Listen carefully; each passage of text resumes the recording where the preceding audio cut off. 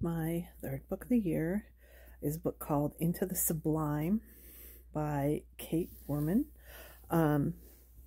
It fulfills my prompt to read a book that starts with the letter I. Cat. I've never read anything else that this author has written. Sorry, he's demanding. This is Percy, by the way. It's a young adult book. I actually read a lot of those. I enjoy them generally. This book is sort of an attempt at thriller, maybe crossed with a little bit of horror. It's got a lot of horror references, so maybe. My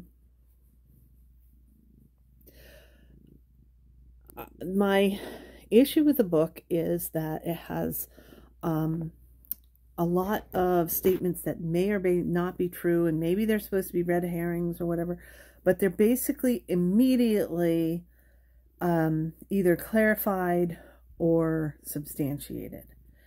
We're talking like 2 or 3 pages in from when they were originally brought up. So there's no letting it breathe. And I think the goal of that was to clue you in that there's characters that know more than what they're saying they know.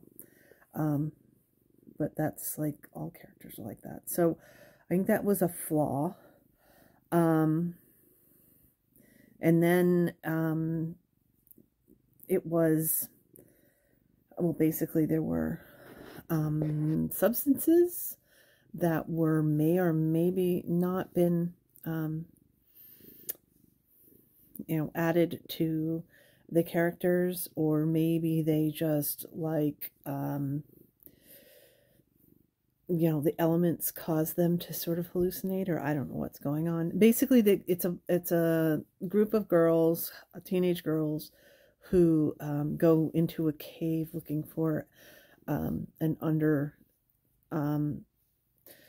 the earth subterranean lake called the Sublime, or Sublime.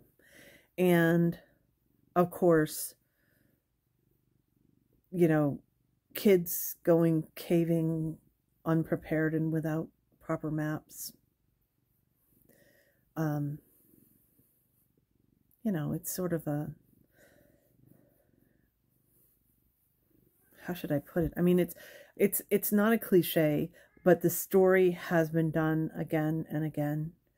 And this was nothing that was especially new that I read as far as a new outlook on it. So I don't know. Would I recommend reading it?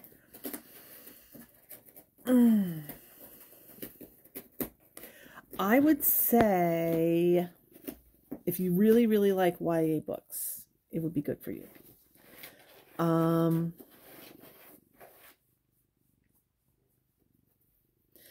But again, generally, there's other books that have been done better, that are actually new and original takes on other tropey ideas. Okay, yeah, they're teenagers that are doing it compared to adults, so they're supposed to know even less and be able to, go with their gut and feeling and be hyper emotive and all that nifty stuff.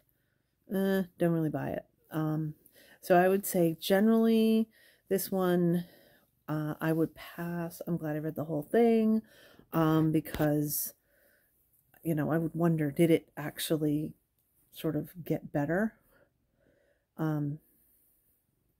It attempted to get weirder, but not really.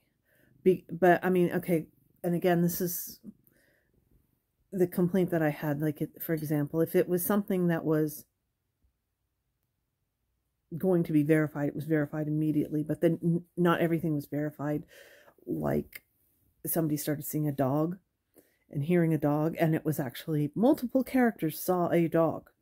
So you would think that they would say, yeah, there's a dog here. But no, that was never taken seriously as a thought. Whereas other things where you're like, what? just immediately they're like, yep, this is true, and verified and gone on. So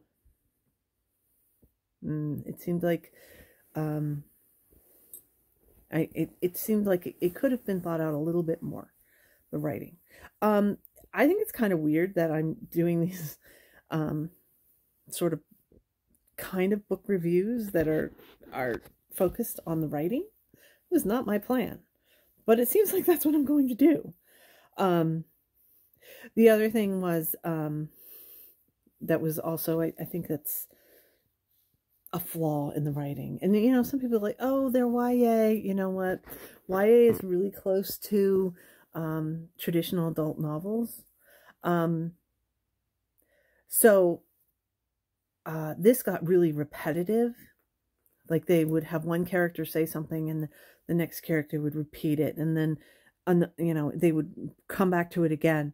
So it was, one idea was really, really, really drawn out and drawn out and drawn out, as opposed to the first book that I read for this, which was Blood Meridian, which was the complete opposite, where they would say one sentence where you're like, that could be an entire chapter. Why didn't you expand on that?